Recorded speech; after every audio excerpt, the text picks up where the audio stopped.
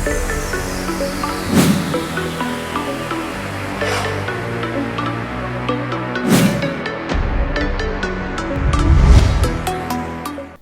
Hello welcome to technology programme. ప్రపంచంలో పెరుగుతున్న technology గురించి ఈరోజు తెలుసుకుందాం.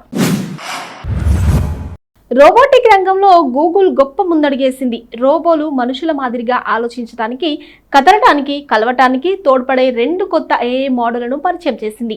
అవి ఒకటి Gemini robotics, 2 Gemini robotics ER. వాస్తవ ప్రపంచంలో AI నిజంగా ఉపయోగపడటానికి, దానికి మనుషుల్లా అర్థం చేసుకునే, ప్రతిస్పందించే పరిసరాల్లో సురక్షితంగా పనులు చేసే విచక్షణను జత చేయాలని గూగుల్ పేర్కొంటుంది. వీటిని సాకారం చేయడానికి కొత్త మోడళ్లు ఎంతవరకు తోడ్పడతాయి? జెమినీ రోబోటిక్స్ అంటే ఇది చూపు, భాష, చర్యలను మేళవించే అధునాతన AI మోడల్.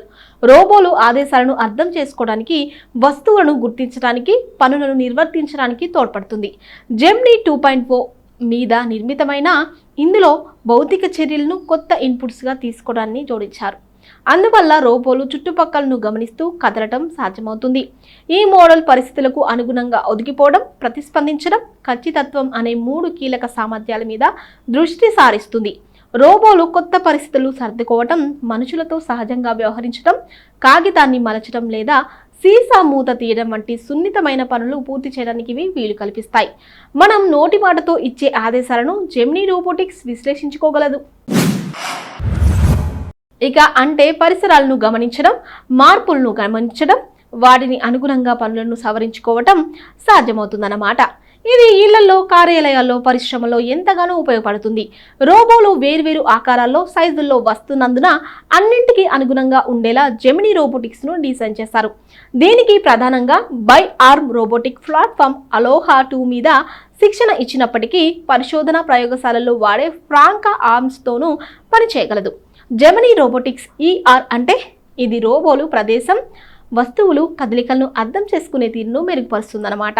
దీన్ని ప్రత్యేకించి ఇంజనీర్లకు సహాయం చేయడానికి, ముఖ్యంగా ప్రస్తుత రోబో వ్యవస్థలతో AIని సమ్మిళితం చేయడంలో తోడ్పడేలా రూపొందించారు. దీంతో AI ఆధారిత రోబోలకు మరిన్ని సామర్థ్యాలు చేకూరుతాయి. ప్రదేశ అవగాహన, 3D వస్తువుల గుర్తింపు, కదలికలను నిర్ణయించుకోవడంలో ఈ మోడల్ గణనీయంగా తోడ్పడుతుంది.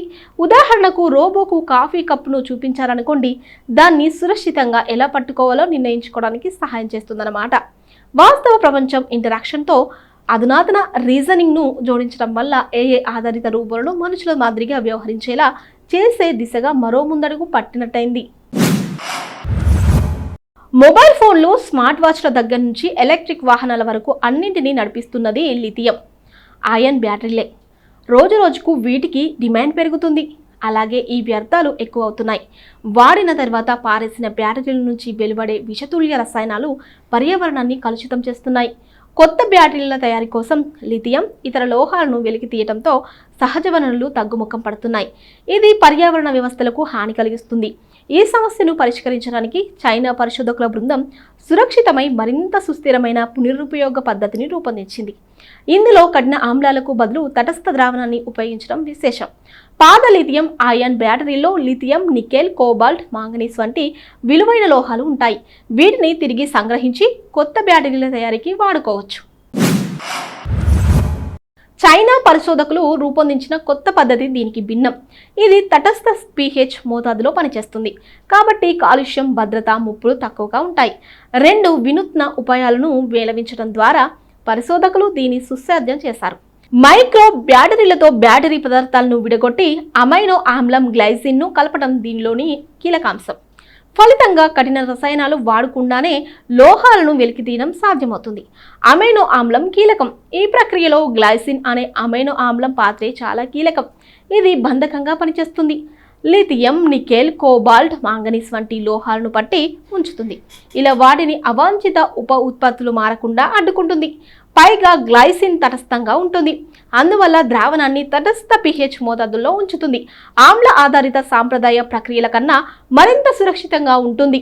మైక్రో బ్యాక్టీరియాలతో పాటు ఈ కొత్త పద్ధతిలో మరో ముఖ్యమైన ఆవిష్కరణ పునరుపయోగ ద్రావణంలో మైక్రో బ్యాటరీలు సృష్టించడం.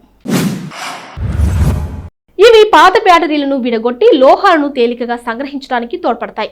పరిశోధకులు తటస్థ ద్రావణంలోని గ్లైసిన్తో పాటు ఐరన్, సాల్ట్, సోడియం ఆక్సలేట్లను కలిపి అందులో పాత బ్యాటరీలను వేశారు. అప్పుడు రేణువుల మీద పలుచటి ఐరన్ టు ఆక్సలేట్ల పొర ఏర్పడుతుంది. ఇది యానోడ్గా పనిచేస్తే బ్యాటరీ పదార్థాలు క్యాథోడ్గా పనిచేస్తాయి. ఫలితంగా పుట్టుకొచ్చే ప్రతిచర్యలో భాగంగా ఐరన్ 2 ఐరన్ 3గా బ్యాటరీ పదార్థాల్లోని ఆక్సిజన్ అయాన్లు హైడ్రాక్సైడ్ అయాన్లుగా మారతాయి. దీంతో బ్యాటరీల ఆకృతి విచ్ఛిన్నమై లిథియం, నికెల్, కోబాల్ట్, మాంగనీస్ ద్రావణంలో కలుగుతాయి. ఈ ప్రక్రియ చాలా వేగంగా సమర్థవంతంగా పనిచేయడమే కాదు, హానికర వ్యర్థాలు ఉత్పత్తి కావు. పావు గంటలోని ఈ ప్రక్రియ ఫలితాలు చాలా ఆశ్చర్యం కొలుపుతాయి. ఇవి కేవలం 15 నిమిషాల్లోనే పాత బ్యాటరీల నుంచి 99.99% లిథియం, 96.8% నికెల్, 92.35% కోబాల్ట్, 90.59% మాంగనీస్ను సంగ్రహిస్తుండడం గమనార్హం. ఐఫోన్ నిత్య నూతనంగా ఆకర్షిస్తుండడానికి కారణం ఏంటి? దాని సాఫ్ట్వేరే. ఐప్యాడ్, ఐమ్యాక్ వంటి ఇతర యాపిల్ పరికరాలకు ఇదే వర్తిస్తుంది. iOS 18 వర్షన్లో కొంతవరకు కృత్రిమ మీద ఆధారిత యాపిల్ ఇంటెలిజెన్స్ ఫీచర్లను ఇప్పటికే ఉపయోగించుకుంటున్నారు. తాజాగా iOS 18.4 డెవలపర్ బీటా వర్షన్ మరిన్ని ఫీచర్లతో ఊరి చూస్తుంది. డెవలపర్లు, ఔత్సాహికులు వీటిని పరీక్షిస్తున్నారు. ఇవి అందరికీ అందుబాటులోకి రావడానికి ఇంకొంత సమయం పడుతుంది. ఆలోపు ఆసక్తికరమైన కొన్ని ఫీచర్ల మీద ఓ కన్నేద్దామా? బహుభాషా ప్రపంచం. యాపిల్ ఇంటెలిజెన్స్ మొదట్లో ఒక్క యుఎస్ ఇంగ్లీష్నే సపోర్ట్ చేసేది. 18.2 వర్షన్లు స్థానిక ఇంగ్లీష్ యాసలకు విస్తరించింది. ఇప్పుడు ఇవి మరింత విస్తృతమైంది. మన దేశంతో పాటు సింగపూర్లోని ఇంగ్లీష్ మా సపోర్ట్ కూడా చేస్తుంది. అలాగే French, German, Italian, Portuguese, Spanish, Japanese, Korean, Chinese భాషలను కూడా ఆమోదిస్తుంది. కొత్త భాషలను సపోర్ట్ చేయడమే కాకుండా వేర్వేరు భాషల్లో వివిధ రకాలుగా ఆలోచనలు, భావాలను వ్యక్తం చేస్తుంది కూడా. ప్లే గ్రౌండ్లో స్కెచ్ నైపుణ్యాలను మనం ఇచ్చే వివరణల ద్వారా అసలు ఇమేజ్లను సృష్టించే ప్లే గ్రౌండ్ మరిన్ని నైపుణ్యాలను కూడా సంతరించుకుంది. ఇమేజ్ను సృష్టించడానికి ముందు కానీ తర్వాత కానీ స్కెచ్ స్టైల్ను ఎంచుకుంటే అప్డేట్ను స్టైల్లో అవుట్పుట్ వచ్చేస్తుంది. కొత్త iOS 18.4, iPad OS 18.4, Mac OS, Sequoia 15.4 beta version గల అన్ని ఐఫోన్, ఐప్యాడ్, మ్యాక్లకు ఇమేజ్ ప్లేగ్రౌండ్ అందుబాటులో ఉంటుంది. నోటిఫికేషన్స్ ప్రాధాన్య క్రమం.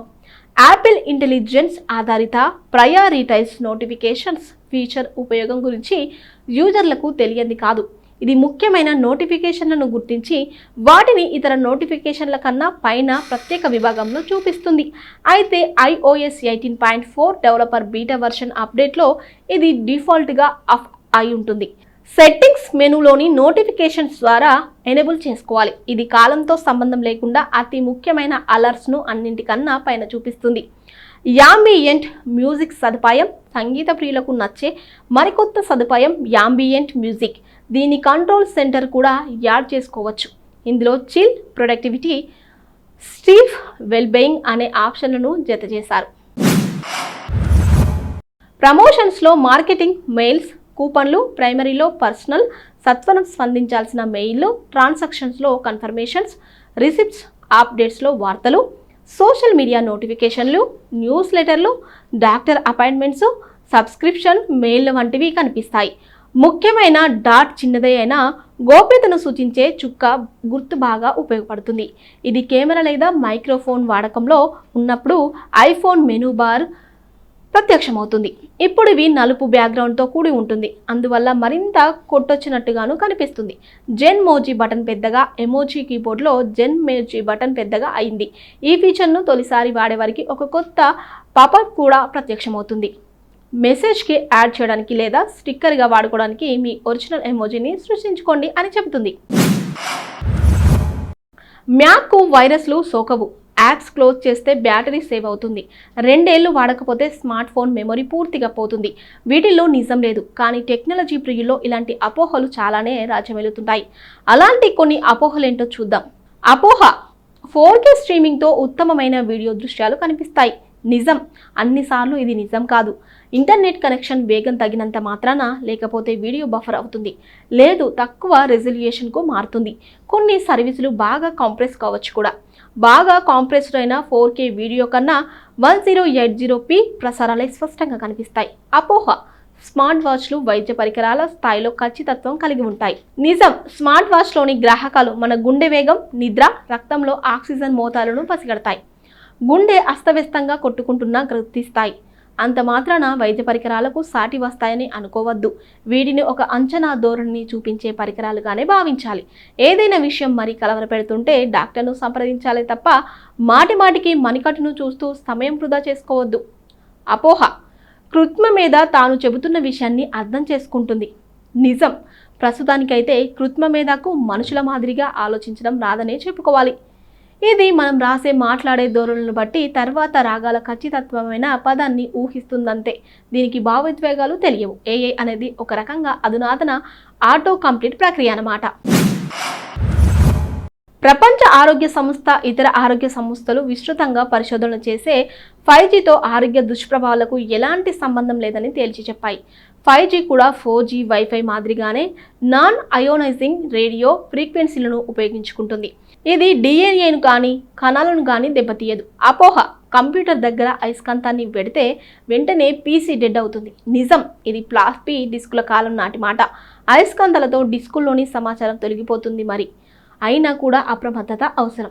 పాత హార్డ్ డ్రైవ్లు, మానిటర్ల సమీపంలో బలమైన అయస్కాంతాలను పెట్టకపోవడమే మంచిది. అపోహ: పేడి ఖాతా తీసుకుంటే తప్ప జూములో అధునాతన ఫీచర్లను వాడుకోలేం. నిజం, వర్చువల్గా background, breakout rooms, meeting polls వంటి చాలా అధునాతన జూమ్ ఫీచర్లు ఉచిత ఖాతాలు గలవారికి అందుబాటులో ఉన్నాయి. వీటి సెట్టింగ్స్లో ఎనేబుల్ చేసుకోవాల్సి ఉంటుంది.